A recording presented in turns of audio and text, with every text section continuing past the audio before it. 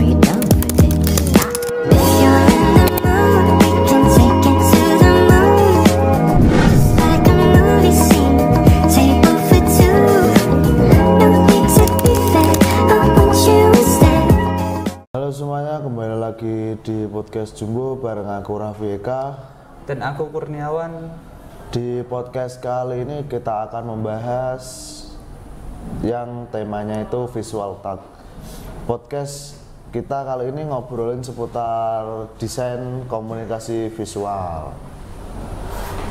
Betul banget nih Kak, di episode kali ini kita akan bahas tema belajar dari karya, dimana kita mengupas studi kasus karya, desain grafis, animasi, fotografi, sampai videografi. Dan kita terkait dengan materi yang bisa dipelajari di DKV. Jadi bukan cuma menikmati hasil karya, tapi kita juga belajar apa insight atau pelajaran yang bisa kita ambil dari sana. Kalau biasanya itu kan kita cuma menikmati hasilnya ya, keindahannya atau kayak videonya itu bagus, tapi kan kita biasanya itu kalau orang-orang yang paham itu kan ngambilnya ini mas, kayak ngambil apa pembelajarannya, kayak pesannya itu tersampaikannya secara emosional apa gimana itu kan ya, penting banget itu. Kita mulai dari desain grafis dulu ya. Iya. Misal poster kampanye sosial Save the Earth, biasanya poster ini punya elemen visual yang kuat banget. Warna hijau dominan, tipografi tegas, dan ilustrasi bumi atau pohon. Ya, kalau di tema itu bukan cuma warna, tapi ada maknanya juga, kayak warna apa melambangkan apa gitu. Terus di materi di kafe ini kita belajar ya mas soal prinsip desain, kontras, hierarki visual, komposisi, dan tipografi. Poster tadi bisa jadi contoh nyata gimana prinsip itu diterapkan. Jadi kalau ya mungkin itu poster itu kayak tersampaikannya itu secara nyata mas, pesannya itu nyata banget. Terus orang-orang menganggap itu jadi kayak emang film itu nyata banget gitu. Bener banget sih itu. Kalau poster terlalu ramai itu biasanya tuh pesannya tuh tenggelam. Tapi kalau fokus misalnya satu headline besar plus visual pendukung pesan save biasanya langsung nyantol di kepala aku deh.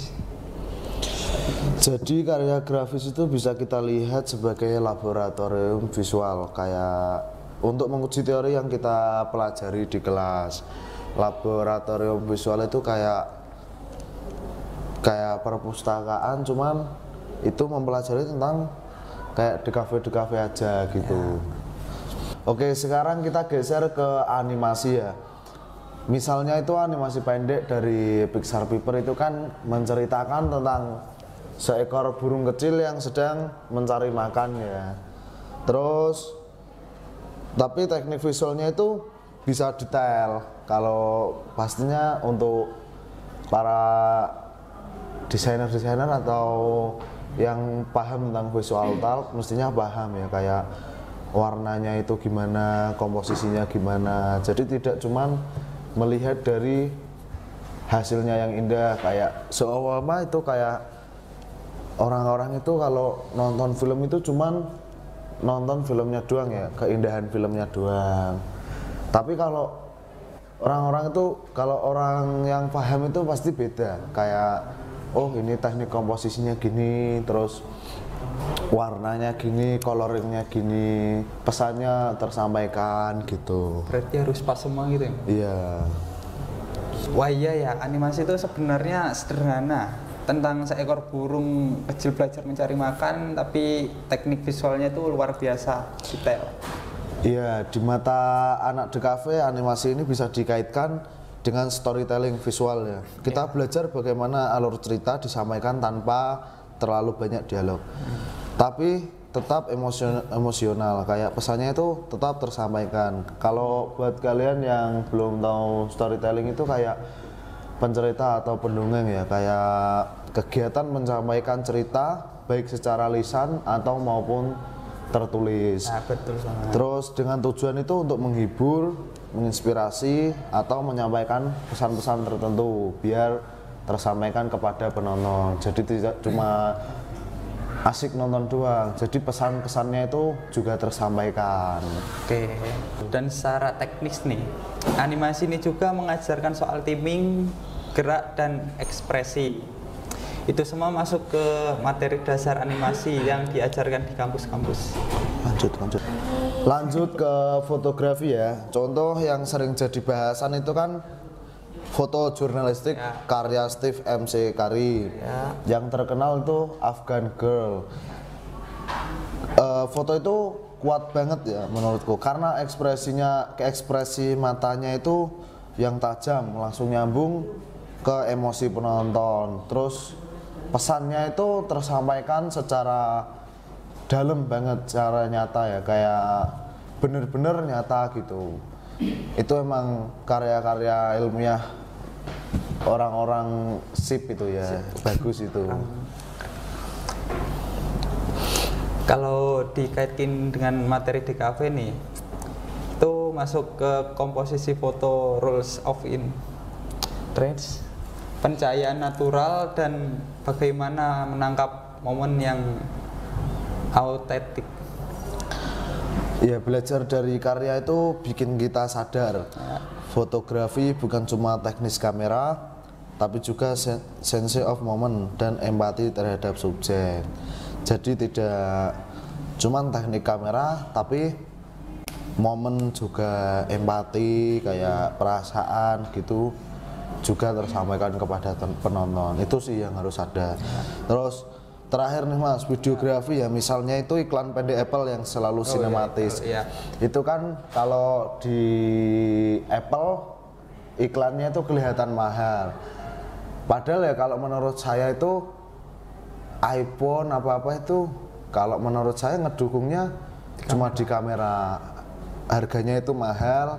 Ya emang sih kalau Apple, iPhone kayak laptopnya, tabnya, terus apalah ya yang merek Apple itu bukan untuk kaum yang ekonominya ini rendah. Soalnya itu kayak apa, harganya itu kan mahal, selangit ya, karena iklannya itu. Padahal cuma di kamera. Kalau menurutku ya sebenarnya banyak ya fitur-fitur yang udah canggih. Tapi kalau untuk kalian yang suka nonton terus foto-foto juga bisa ambil iPhone. Kalau untuk nonton video, ngegame itu baterainya itu kan gampang boros Mas. Sebenarnya kan masih ada ya kayak HP Samsung. Itu kamera juga ada yang bagus. Terus baterai juga mendukung, sinyal juga bagus. Tapi kan harganya juga ada yang mahal. Ya, emang mahal semua. Ya mungkin kayak gitu sih. Ya, Apple itu juga cukup bikin video dengan storytelling yang sederhana. Tapi emosionalnya tuh banyak dipakai musik, transisi halus, dan close up detail produknya. Ya di mata mahasiswa DKV ini ya relevan dengan materi audiovisual.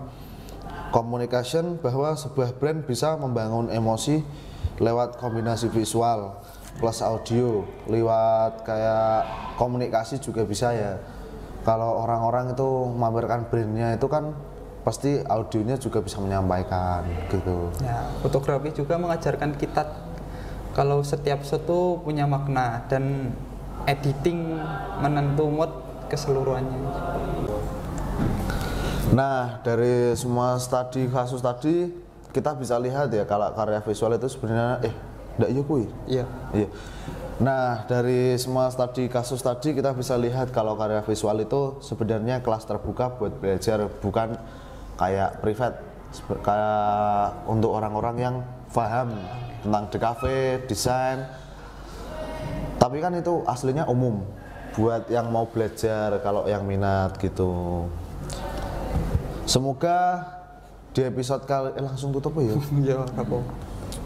Terus oke, mungkin itu dulu podcast dari kami. Semoga bermanfaat buat kalian. Semoga kalian juga tertarik tentang The Cafe ini ya. Sampai jumpa di podcast selanjutnya. Dadah.